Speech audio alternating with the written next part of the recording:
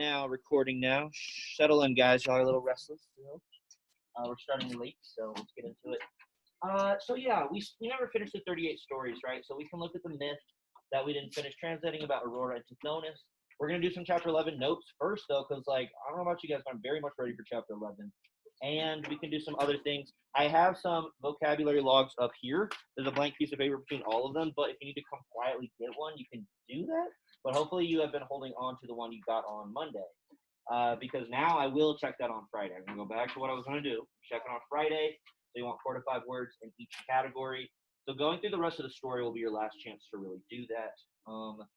What else? We might do Miss West is going to bring up a noun template so y'all can practice endings. But let's, the first thing we're going to get into is taking notes on chapter 11. So make sure you get a notebook out right now. And go ahead and do that. Notebook, Latin notebook. You want some blank paper to use. So are y'all disappointed? Are y'all like, oh man, I wanted to take 2 standardized tests in a day? I think the reason they can't do 2 in a day, like what they probably would normally do, is because the amount of computers. There's like 2 classes always taking it at once, so something about that. Because otherwise, we probably would take not just 2, but like all 3 of them. You guys would beat up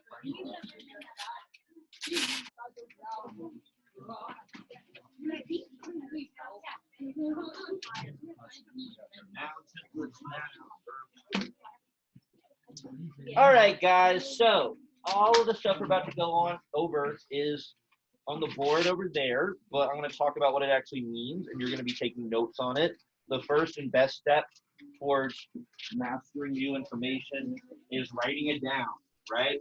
We've taken enough time to know at this point that basically every chapter, there's like some kind of noun or verb chart that we're having to learn for the first time and be exposed to.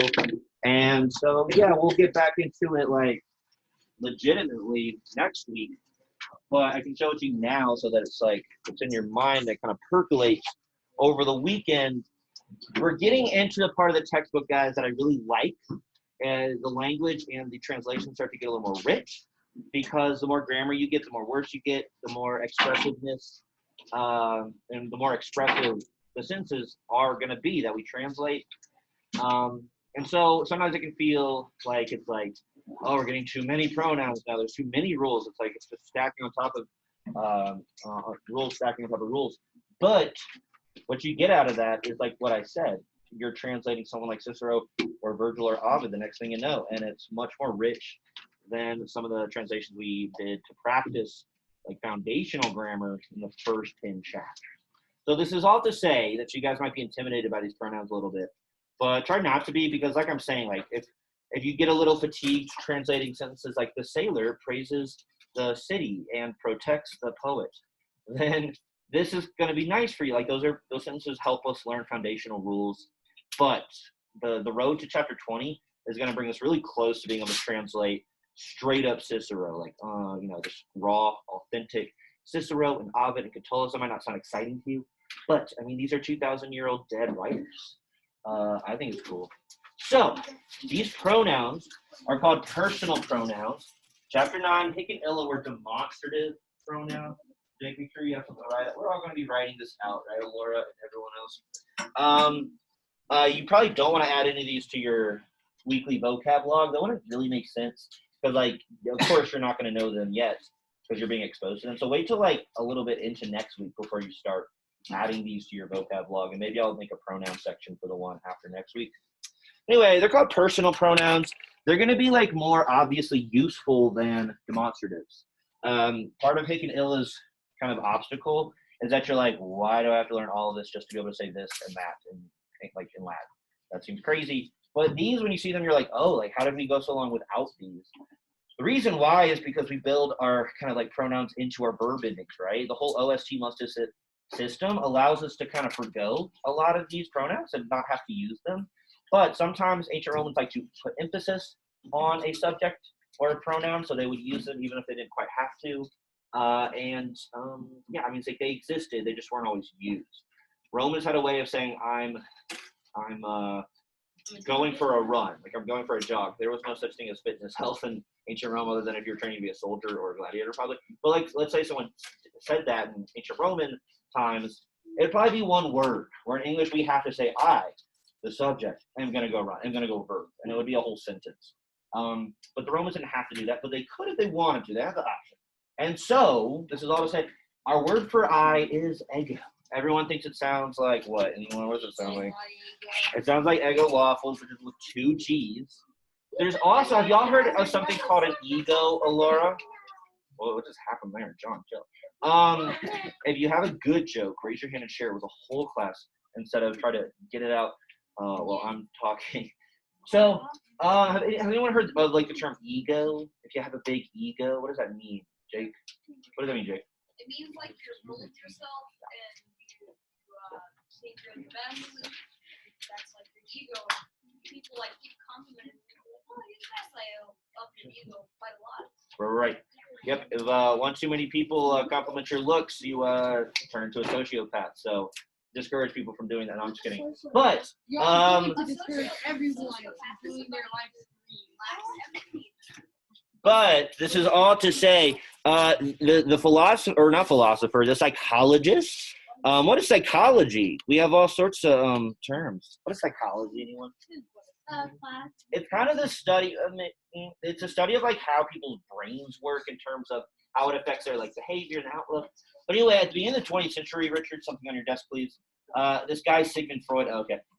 He like developed what we now call like the beginning of modern psychology in terms of like analyzing people's dreams and analyzing people's like subconscious, the things that we're not aware of. Anyway, he divided the kind of mind or the persona that a person has into 3 parts, and he uses this Latin word. He says that it's ego is how he differentiated from the Latin word. The ego part of your mind is like, it's kind of like the main part of your personality and your like persona. Whereas the super ego is a part of you that is part of your brain, at least, that tells you to do your homework, to brush your teeth, to do taxes. It's like the kind of parent part of your brain. It's like telling the ego what to do, where the ego might not want to do certain things that are like kind of responsibilities or whatever. And then the third thing is the id, which we'll get to. So hold that thought. We're going to get to id in a second. Anyway, this is the first person singular nominative pronoun ego. So personal pronouns are divided up into first, second, and third person, which is weird because formerly that had been something that only verbs did, right? Like verbs would be first, second, and third, or still are first, second, or third person. Whereas nouns don't have that, right? They have cases and functions. They don't have person. But pronouns, these personal pronouns, will fit into first, second, or third person. So let's go through all of the first person ones right now. That is the nominative. It's ego. Whereas the genitive, actually, we already have. What is the genitive? This would be real. It should be crazy if someone can answer this. Oh, not. No. Do you see it there? So what does it say? Yeah, like in the I, mei. Yeah, so it says mei and it puts it in the genitive, but this is actually, it kind of blurs into an adjective that we've had for a long time. So we can just say it's going to be meus, meum, meum, right? This adjective we've had for a long time that means my. But yeah, the book will say mei. But again, it's kind of a weird thing where it's a gray area between being a pronoun at that point and actually what we call a possessive adjective. And so if you just want to spell out meus, meum, meum, that's good because some of us still don't know meus. Meus is a word you could add to your vocab, your weekly vocab log, because we've had that since like what, chapter 3 maybe. So meus is how we say my, and that is a genitive. Obviously, it looks very different than ego. Luckily, all the next ones look close to meus, and it turns out ego is the one that stands out. The dative is going to be mihi. I like mihi because it sounds kind of funny to say. Sounds like what? I don't know why it kind of sounds like. We'll move on. And yeah, maybe. So Caitlin, if this is dative, what do you think we would translate mihi as? So, like think of first person pronouns in English, and you're probably like, well, what pronouns again? We're going over them. But so like if on the subject of the sentence, I would use I. I am teaching the class. On the subject, it only belongs to me. That's possessive. Like this lectern, at least for now, is mine, or it's my lectern. Yeah, me, very good, and not just me. So awesome, good job, Caitlin. But like, add a preposition to that. What would the preposition be that we would whip out for a dative specifically? Blank me. If someone gives a direct object, yeah, to or for. So y'all can put for if you want, but we're still kind of focusing on to me at this point in direct object datives as opposed to this thing called the dative of purpose. I don't think we've seen it yet. but it will show up all of a sudden when we least expect it. So yeah, that'd be like 2 me, so you can build that into it. Jake, we're writing it out. I think some of you guys underestimate the power of writing something out. Lauren is writing it on a half-torn piece of paper, but that's still technically better than nothing. I'd rather y'all not use loosely for notes. Anyway, again, guys, because we're relying more on the textbook this semester, it's like you want to have notes. You want to be able to like flip through, like, oh, here's my chapter 11 notes. Oh, here's my chapter 12 notes. So that when it comes time for like a midterm or a cumulative, or you're doing homework and you get stuck, you should be able to flip back to well-organized, well-written, gel pen color-coded notes. So me, he is to me specifically. And then the accused and the ablative we've actually had since chapter 1. So in chapter 1, they're like, well, we need to have like a couple pronouns, but we don't want to explain the whole rigmarole to them yet, because that would probably turn them off of Latin for good. So they kind of like drip feed some of these pronouns, but this is the chapter where we finally get all of them. So may can be accusative or ablative. That's always been the case. Yeah, why is it, Caitlin? Why is that especially weird? Jake, you don't want to write today? Unable to write? You're messing with the blue clay stuff? What? Yeah, so why is that really actually kind of annoying, that the accused of ablative? Have you ever seen that before? What? No, we've never seen that before. We see ablative and dative being the same a lot, like in terms of the ending. So we see in second declension the long O, or definitely the plural is the long IS, or the ibis in third, but never accused of an ablative. So that is quite odd, but hopefully you'll get kind of used to it. The context should make it clear, right? Because it'll be may the accusative if it's a direct object, whereas it'll be may with like a preposition that takes an ablative if it's that one. Forgot about that. So yeah, basically you'll see it next to one of the prepositions that we have that takes an ablative, and that's how you'll know. All right, so those are singular first-person pronouns, and there are plural ones as well. What is the plural version of I, guys? Anyone? We. Yeah. And so our Latin word for we is nos. N-O-S. Can think of a nose. We all have noses. So why have we not seen nos before? Why have we not seen the word for we? Well, you tell me. Why? Why have we been able to get away with not like knowing this word that means we? Doesn't it seem like that'd be one of the first things you learn in a language? If ancient Rome was still a thing, you can go visit there and speak to ancient Romans in Latin. They probably wouldn't need to teach us things like these right off the bat. But the textbook is designed to help us read ancient texts and not like go on a vacation through time.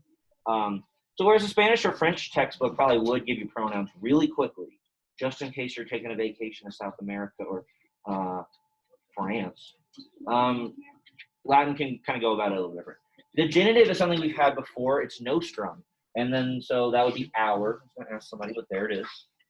So like nostrum or nostri, which is just the genitive version of it. It can technically have any kind of ending it wants, because again, the genitives, they sort of blur the lines. They kind of start to become adjectives, or they're kind of indiscernible from adjectives we've had since the first 5 chapters. And then I'll click through for the last one. Nobis is going to be 12. Dang it. So I flashed it for a second, but so yes. So us is the objective form of the first person plural pronoun. So this is kind of interesting to me. It's something I mentioned before, but when kids sometimes they're like, wait, like why do Latin nouns have declension or cases in the first place? Like why is that necessary? I say like, yeah, it's kind of weird. It's common Romance languages. It is weird for English, but in English we do actually decline and technically have cases, but really only for pronouns, not for normal nouns. So these are cases that exist in English. We call it, what do y'all think we would call this nominative case? We don't call it nominative. We would maybe call it, it'd be hard to guess, but we call this a subjective case. We call this the, what is it? Yeah, the possessive case. And then we only have 3. We call all 3 of these the objective case, which that makes perfectly good sense because it's like, you know, an indirect object case, a direct object case, and an object of a prep. So there are all objects. And so that's why you tend to see these bottom 3 all be translated the same. Me, us, us. Whereas it's going to be mine, our for possessive, and I and we. So look, we are declining this pronoun, and we decline it almost as intensely as the Romans did, right? Because I doesn't look anything like my or me, and yet it's technically the same word, just in a different case. We doesn't look anything like our or us, but technically same word in a different case. Any questions? Does that make sense? I think that's cool because like I was like years into teaching Latin before I fully realized like, oh, like there are cases in English. It's just really only for pronouns, and there's only 3 instead of 5. So English, I guess we like looked at all of these and we're like, I don't know if we need all 3 of those. What was that? Yeah, so as I imagine that English, like there was like a council where like they sat down and decided how English grammar works, and that's not how language actually develops, but it's fun to think of it that way. Yeah. If it is how does English? Yeah. How? Can't talk to me. I'm right there with you. How does it develop? That's a good question. And how does any language develop is like a fascinating thing. We've talked about before, like the very beginning of any language at some point in the Stone Age was probably literally cavemen and women, Neanderthals, Cro-Magnon, the various like subspecies of what would eventually just be Homo sapien, right? But it would probably just be like people pointing at things and be like, here's a sound, sky, and everyone else is like, oh, sky, and they're like, I know, I can, like humans, I think, are natural parroters. Like we're able to parrot noises that we hear. So we probably started like parroting the sounds animals and birds make, and then eventually they're like, oh, we can like fully do like up to like 24 plus different sounds.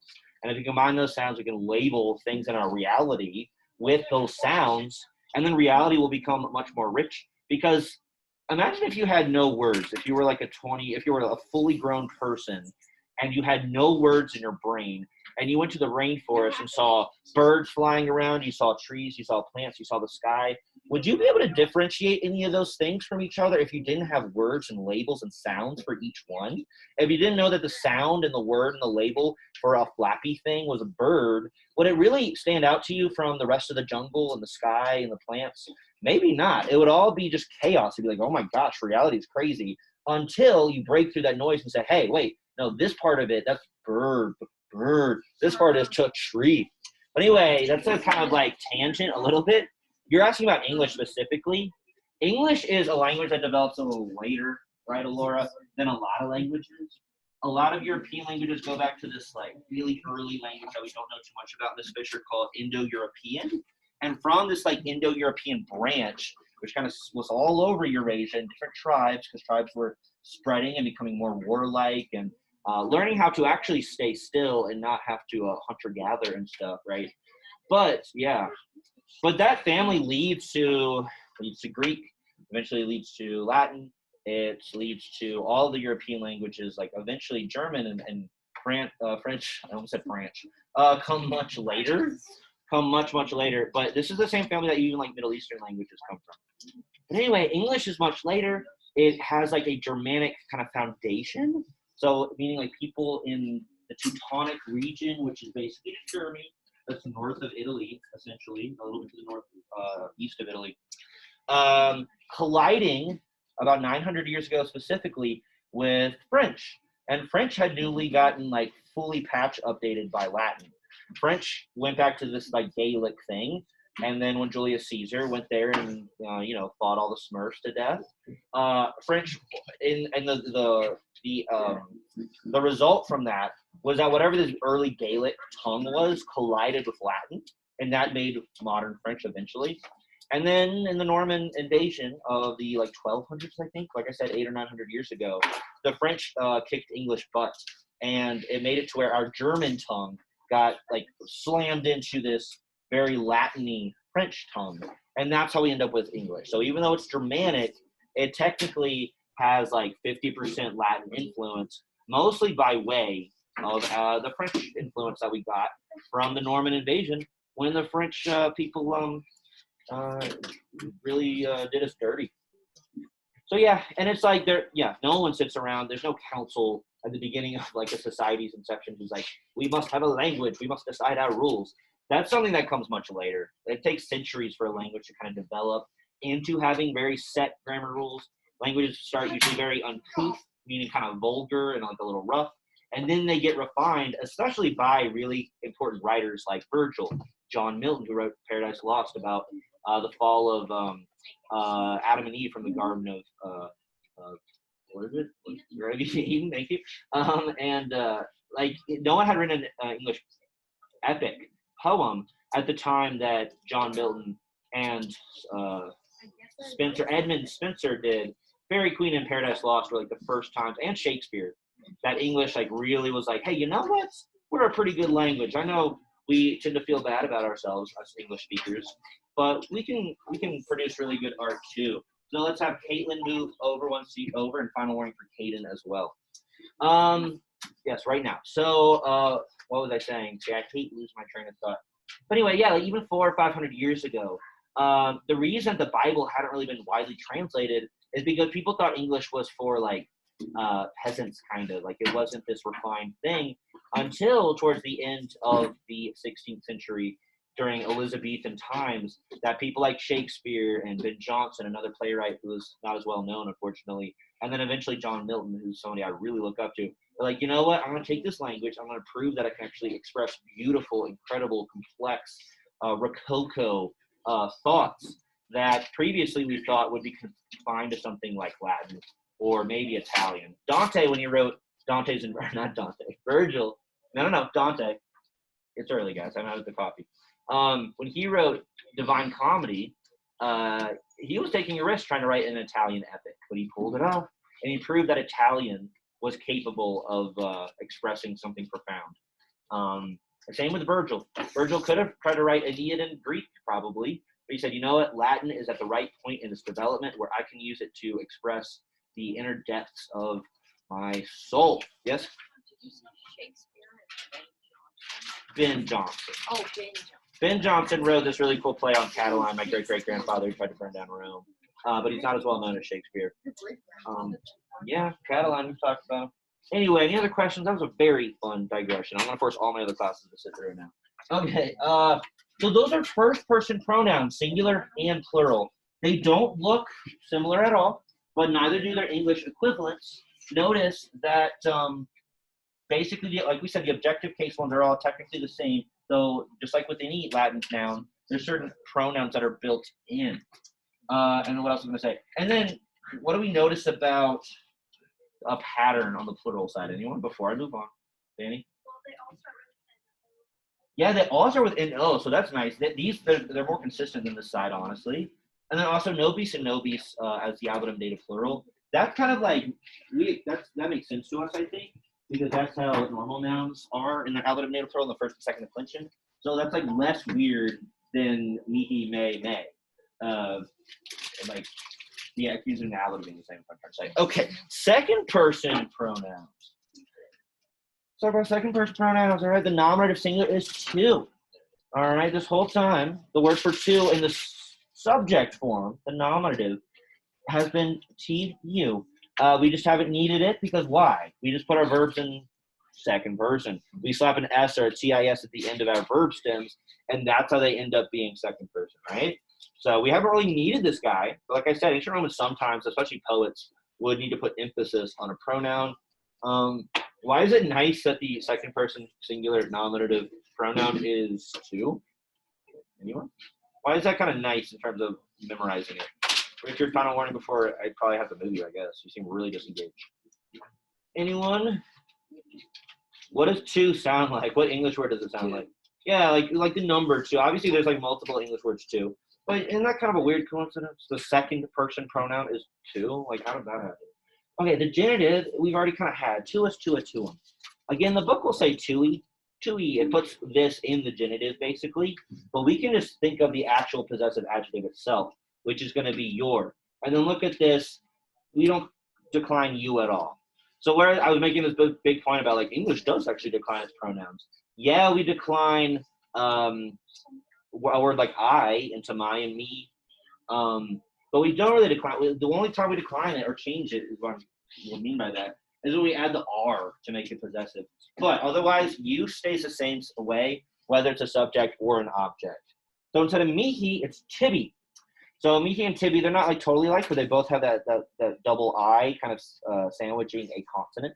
So that's kind of fun. And then te. We got mene, we got te. So te is you, accusative, direct object, or it's you if there is a ablative taking preposition next to it, like sub, cum, X, whatever, like cum te would be like with you. Any questions on that? Again, it's the same pattern, not again. Sometimes I say again, and it's like not referring to anything I've actually ever said. But this is the same pattern as the first person singular pronouns, right? Instead of ego, we have two, which is kind of distinct and kind of stands out a little bit. It stands out less on the second person set than first. And then we have the possessive one that we technically already had. Instead of Mihi, we got Tibi, which is kind of unique.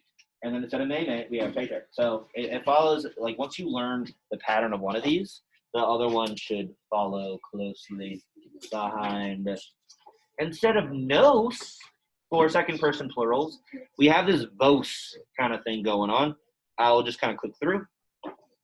So vos is you all as a subject, or oh look, it could also be you all as a direct object, which I need to click back to nos to show you guys that.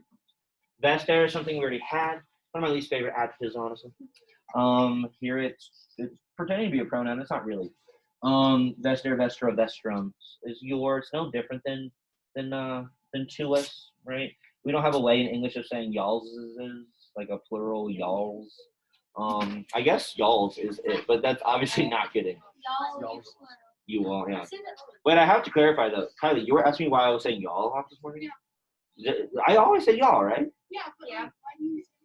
Oh, what? I'm not trying to like do a thing at all. I don't think about it. I just say y'all. I guess I'm from the South. I go back and forth sometimes. I'm like, okay, it is a Southern thing, and then I'm like, I think it's like a everyone thing. But then if it stands out to you, that proves that it's not quite an everyone thing. I think the reason is because it's on the internet a lot, but people type it whereas they might not actually say it. But no, yeah, I love y'all, the word, because it's nice to have a second person plural pronoun. Right? Other languages have that. We don't really. We have to use two words. We have to use the adjective all to designate that we're talking to a second person plural pronoun. That's annoying. I want to contract them into a single word. So you all is okay.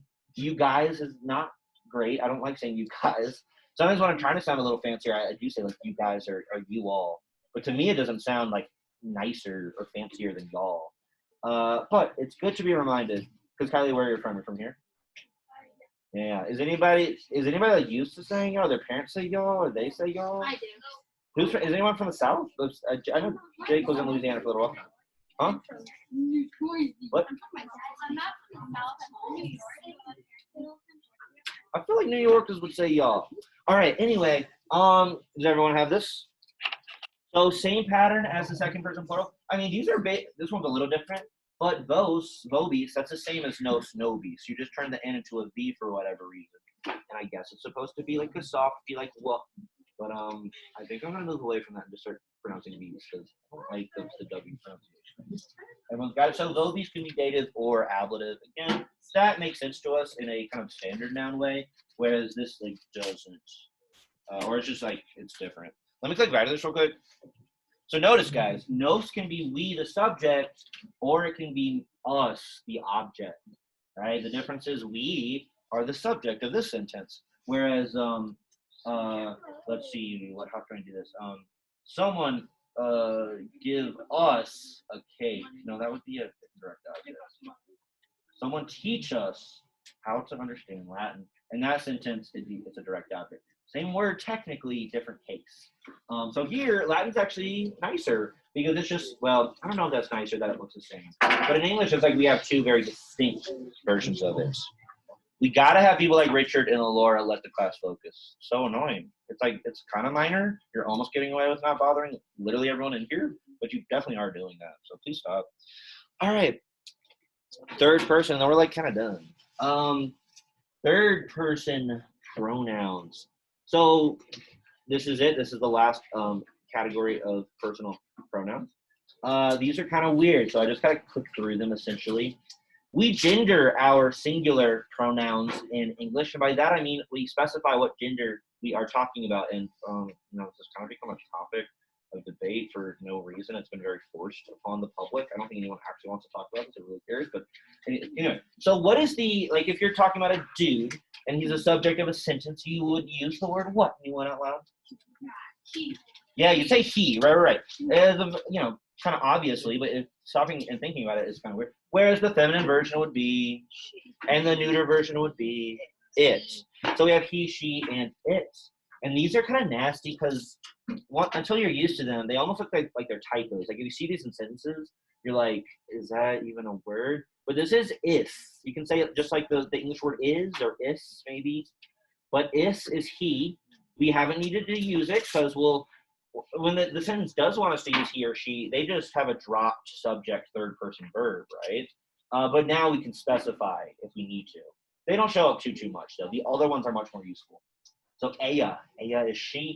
I mean, that kind of makes sense. We're sort of used to, at least in the first declension's context, having this A ending. And then it is it, and that sure looks like it. It's one letter away. And so back to what Freud was saying about how the ego is kind of representative of your like base personality, like who you kind of are, maybe your soul, if you want to use a totally different lens through which to view psychology, Laura. Whereas the superego is the parent part of your brain that's like, brush your teeth, put on your socks, do your taxes, go to school, do homework, get a job. That's a superego who's kind of the nanny part of your brain.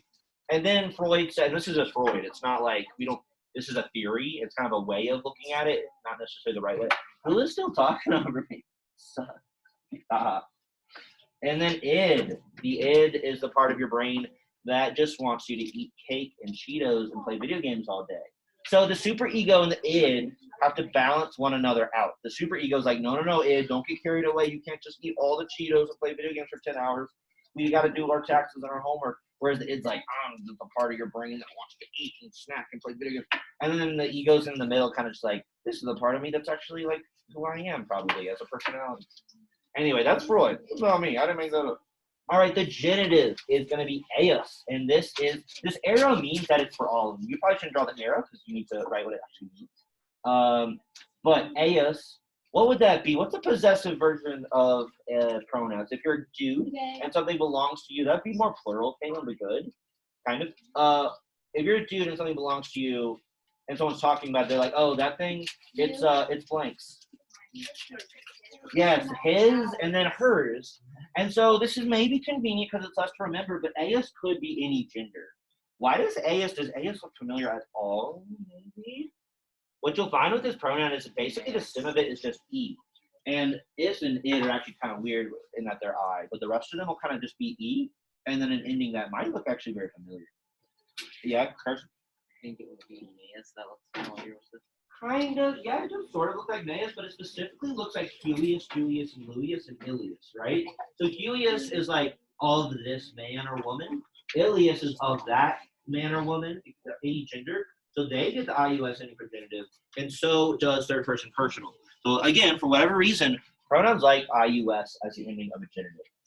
The dative. So if a dude is we keep doing the guys first to the left. But if he is an indirect object in a sentence, you're going to give a direct object to him. Yeah. And whereas for a girl, it'd be her. Yeah. And then, so this is ei, okay? I don't like this one. I get like these are weird because they're weird to pronounce. They don't totally look like words. They look like a chunk of a word or something. But they are words. They're just like little tiny pronouns that are very useful. And then so ei, just like eos, it's the same for all three genders. And I don't know what it is, but that's just like taking illa in the genitive and dative, who love to use just one form for all three genders. And illy is the dative singular potentially of illa, illa, illid. So it likes the long I too. And Hewitt doesn't end in I, but it has an I kind of forced into it. So that kind of reminds me of the third declension. I don't know why they insist on using this like third declension style ending, but they do, because the rest of it actually will amazingly fit into first and second declension. Caitlin, are you actually hearing anything Alora's saying? It just looks like Alora, like you're just like talking towards Caitlin, but there's like no way she could probably be hearing you. And also, it must not be very enjoyable to try to have a conversation like that. Like, you could just alternatively focus. All right. So the rest of them are going to be him and her, basically. And then there you go. There's the accusatives.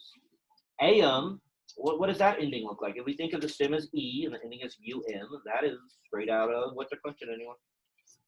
Good. Very good, Newlies. Yes, the second. Whereas ayam for her is the direct object. Alora, final warning.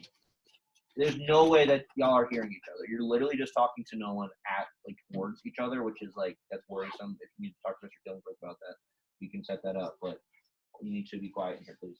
So ayum is him, whereas ayam is her as a direct object. So, like we saw before, like they'll be translated the same way, her, hers. This could be hers. You might want to put an S in parentheses here. It kind of depends on how you're using it, her or hers. Like if you're like if the object is in the sentence, like oh that desk, that's her desk. But if you're not using object in the sentence, you have to say oh that's hers, right, with an apostrophe S in English. So you might want to add an S to the gender, by the way. But yeah, it's more like they're gonna stay him and her, and it's just if it's dative, we're gonna have a 2 show up probably, maybe a 4 eventually. If it's accusative, it'll be a direct object, it'll be getting verbed. Whereas the ablative is AO and AI with these long vowels. We know ablatives, even in pronouns, love long O's and long A's, right? Fisher. Why y'all bad though? Y'all been really good all week. Is it because y'all are disappointed that I was so confused about the test? Y'all are just taking it out on me now. Devin's pulling out a bunch of sports at his practice. Devin, I know you're very invested. You are an incredible translator of Latin, so I'm sure you are just eating this up and really enjoying it. Don't pretend like you're not fascinated by this, Devin. I know you are. All right. Going on subjective, possessive, and then the objective case is split up into 3 chunks. But these are all cases that do actually exist in English. And then, yeah, it's like unlike you, it's not like the dative's you, and for English, accusative's you. It is changing a little bit, right? He to his to him, him. She to her, her. It to its to it. So that one doesn't really change. And then the plurals are gonna be hopefully very recognizable, right, Richard? Final warning for like all 3 of y'all, because it'd be today. The attention would be today. I don't know exactly how that works because, huh? Okay, so you're okay with saying next Thursday? Is that what? No, I'm not. I'm just saying it just. Okay, please let the class focus, right? Kaylin? For operative, the minute it's less crap instead of it. Yes, I must have copy pasted it. Yeah, so you'll notice a lot of the neuter ones just use the. Thank you. They use they use the masculine version. It's really just the nominative and the accusative ones that are very weird, and that they're it. Okay. I forgot to write that. Okay. So I should. I'm gonna write that real quick. So yeah, the genitive and the dative are just well for AS. Yeah, I see what happened. Okay, we see that AS and AE are the same for all 3 genders of the gender.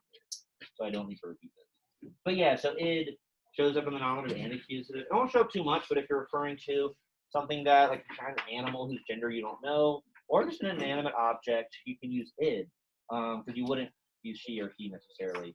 So you might, because remember how like all Latin nouns are gendered anyway. The plurals are interesting. Do we gender our plural pronouns in English? Like today, can you express a specific gender through a plural pronoun? Is that possible in English? Kaylin, what was your instinct? Not really. Yeah, it doesn't seem like it, right? Yeah. Instead, if we want to refer to a whole bunch of people who might be guys and girls or whatever as the subject of the sentence, we would use what? Not he or she, but they. Yeah, flash on the screen, but we would use they. And so these will be translated all the same. At e here is kind of annoying because it looks like the dative. That's similar to how illy can be dative singular or nominative plural for illa. AI though, that AE is straight out of first declension, and I guess this long I is also straight out of second declension. It's just weird that like sometimes they're using a third declension kind of thing, and then sometimes it's second. And then aya for some reason, because like for whatever reason, neuters not only like to repeat the nominative as they're using, they're just like obsessed with that. They also always for the nominative plural just use whatever happens to be the feminine singular. Right? That's how the second declension nominative is too, and accusative for neuters. It's weird. Kaylin? Yes, Laura? Yeah, y'all should go hang out in the bathroom for the rest of the class, actually. This seems like a good idea. I'm kidding. Obviously, you should wait till Kaylin comes back. All right, so the genitive is going to be aorum and aorum. I'll put all the rest of them, because there's no way we can, like, guess them. So just kind of go down the row. But aorum and aorum, for there, that's the possessive form of these third personal pronouns. And their endings are straight out of second and first declension, as you can see. Again, the stem is just the letter E, basically. And whereas we talked about the genitive and dative being kind of weird and relating more to what we saw with hic and illa pronouns, these will use precisely first and second.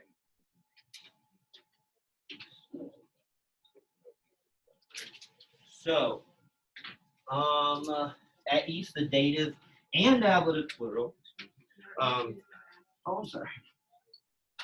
She said she was at the office and called off. That was very good.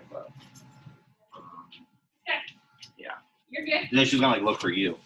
Oh, you're back looking for me? Eventually, she said you had to talk to someone and then talk to you, and then she's gonna come back. And I told Miss Ellis. See, I'm glad I told Miss Ellis, or else I would feel really. Okay, so Eos and Eos. Yeah, so at east, here's the dative plural and the ablative plural for all three genders. That long IS should look like it's straight out of first and second declension. And then accusative plural is Eos, that'll be them. So they, the subjective they, becomes the objective them. Which, that's kind of cool. That almost looks Latin-y, right? We like to put em or something in at the end of our accusatives in Latin. Our? Do the Latin accusatives belong to us? And yeah, it'll be EOS for masculine, EAS. So just like hick, cock, the endings on the plural side, straight out of first and second. That might not mean as much as it should to a lot of us because we're still a little rusty in places on the first and second and third declension. But by writing these out, that's just one more repetition of you kind of being like, oh, these are the endings that are showing up for first and second declension nouns, right? As in that's first and second declension nouns. And Aya is the plural. But if I just, okay, all right. Like what if a student asks you to go somewhere and you're like, yeah, you can go to that place, and then they like leave the school? I'm not saying insinuating anyone about anyone, but like would it be? But would that be like mine? Oh. No, because I should have said something like this. no, because Well, you trust have, her. well, it wouldn't necessarily be your fault because you told the office that you were that she went down there. Yeah, so then they would know that she was coming. I should have like sent someone. But Anyways. I'm 95% sure she's gone. I know Sam. All right. So any questions about this? It's fine. I didn't mean to bring that. I'm not talking about anyone specifically. I'm just like wondering theoretically. Yes. Yeah. They're passing secret notes to the back of trust me. They're Oh, is Russian that what it spies. is? Is that, are they Knew it. chatting with Moaning Myrtle in there? Area. All right, guys. So that's it. We have 5 minutes for the story. Do y'all want to know what happens with Stonus real quick? I won't like first try to translate it. We can kind of flip through it. You can write this down if you want. I was thinking in some classes I can tell we're gonna get through this quick, and I'm gonna let kids work on homework for next week. So it sounds like next week will be a 3-day Latin week because we'll come and take the test on Tuesday, and I think be done. Obviously, who knows? Knowing me, it could be Wednesday too. But I think we'll have Latin just Wednesday, Thursday, and Friday. And so I'll probably have a one-night turnaround for homework, unfortunately. So this is what it's going to be, Wednesday. It's going to do Thursday, actually. I'll change that. But anyway, we can look at the donuts real quick. Yeah? Oh, she's, oh. Okay. I told you the Russian spies were in the AO. 1 second. What? I just need to make sure people know. Enemy AC-1. Enemy AC-1. Ready to follow. Yep. Can I go to the bathroom?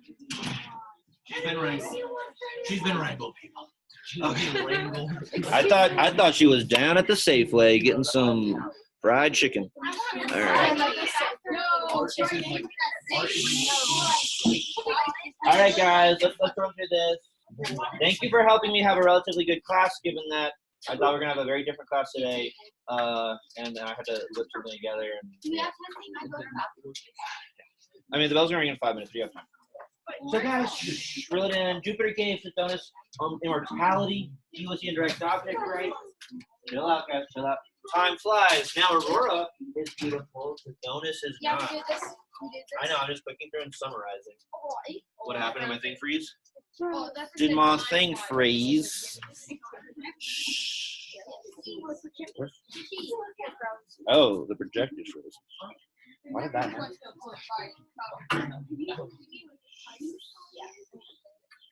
Okay, is it after the homework? Yes. Okay, then we had this sentence with a lot of words we've never seen before. The wrinkled and curved body is not strong, Devin. Wisdom does not remain in his mind. I'm not sure if you got to this. But this is the sad part, honestly. It's not just that this dude was getting old and like physically old and not dying somehow. It's like even in, like his mind kind of like went or started to go at some point. So he's kind of just like it's like a non-functional person. He would have been better off as like a shade in the underworld or like a ghost, is what that means. But yeah, so he's just kind of it's not good. And then Quid Aurora Fuckhead. Remember, Fuckhead can be a Jew or mate. What do y'all think that is? What is Quid? Oh, didn't we do it? Maybe. Yeah, I think, We did this one too. yeah. What will Aurora do? Will she restore the what? The blank to Tithonus? Yeah, or form or even like beauty, I guess, in this context. Right, Caden? Oh yeah, what will Aurora do? Will she be able to restore the and then this is the last one. She thinks, okay, Kogi tots, Madison, and she seizes a plan. Seizes is the only way to do Capio here. Capture would sound like she captures a plan. She seizes the plan. Oh, Tithonus, my love, I will turn you into what does that look like? Stop talking back there, Lauren Caitlin, for the 7th time. Into a maybe a cicada. It's actually cricket, but it looks like cicada, right? Into a cricket. Then you what tense? Right. What tense is Pateris? Out loud. Yeah, you will be able to, we don't have this word, murmur without fault for the rest of your days. You will live in, what else is Kavia? You have to guess what Kavia means. You will live in this In the cave. in this cave, and I will, well, you tell me what that corny last line is. And I And, will always love him. yeah, and I'll always love you. So, That's he turns into a cricket. In this version, she's the one turning into a cricket. I thought there's other versions where, like, this is Greek myth explaining where crickets come from. Like, he's the first cricket. Because he just gets so shriveled and old that he turns into an insect. I know that's a further stretch. But, like, I thought he just, like, turned into one. But in this version, she turns him into one. Why did she think, like, oh, I know what to do. He's turning into, like a invalid lump. I'll turn him into a cricket. Got it. Like, right? It's obvious. Well, of course she would do that. But that's what she does. Yeah, obviously, right? Weird. Well, one of those weird endings to a Greek myth. But at least it's not as messed up as when Phaethon plummeted to his death. All right, guys. I'm gonna pick up the. Oh yeah, are y'all ready for the quiz tomorrow? I'll give y'all a little time to study, but it's gonna be on these sentences that I was zooming past. Let's see if I ask about if I pick this sentence. If I pick this sentence, voice is off. So next week we're gonna crack down. We're obviously not gonna have these trouble areas because guys, it is just you. Notice not a single person in the first 2 rows ever has an issue. Every once in a while, Caden gets distracted in the 3rd row, but even the 3rd row is pretty good. But the back row corners, you're just a drag on the whole class, and it's wild that you're comfortable with that. Weird. What do you think everyone in here thinks about y'all?